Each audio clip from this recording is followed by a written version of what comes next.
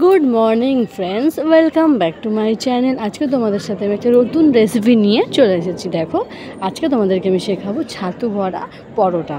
দেখো, প্রথমে পেঁয়াজ, কাঁচা লঙ্কা, রসুন, আদা, ধনেপাতা, লেবু টক পরিমাণ মতো দিয়ে ভালো করে কালো জিরে, জোয়ান আর এই যে ছাতুটা দিয়ে দেবো, দিয়ে ভালো করে হালকা জল দিয়ে মেখে নেবো। এবার আটা যেরকম নর্মাল আমরা আটা মাখি সেইভাবে আটা মেখে ড্র করে নেবো। ড্র করে তার মধ্যে ভরে এই যে দেখো আমি বেলছি, ওর মধ্যে ড্র করে ভালো করে ভরে নিয়ে এটা আটা দিয়েই হবে।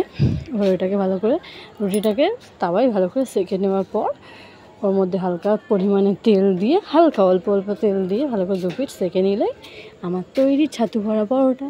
তোমাদের যদি কারো ভিডিওটা ভালো লাগে প্লিজ লাইক অ্যান্ড শেয়ার। বা বাই, টাটা, গুড নাইট।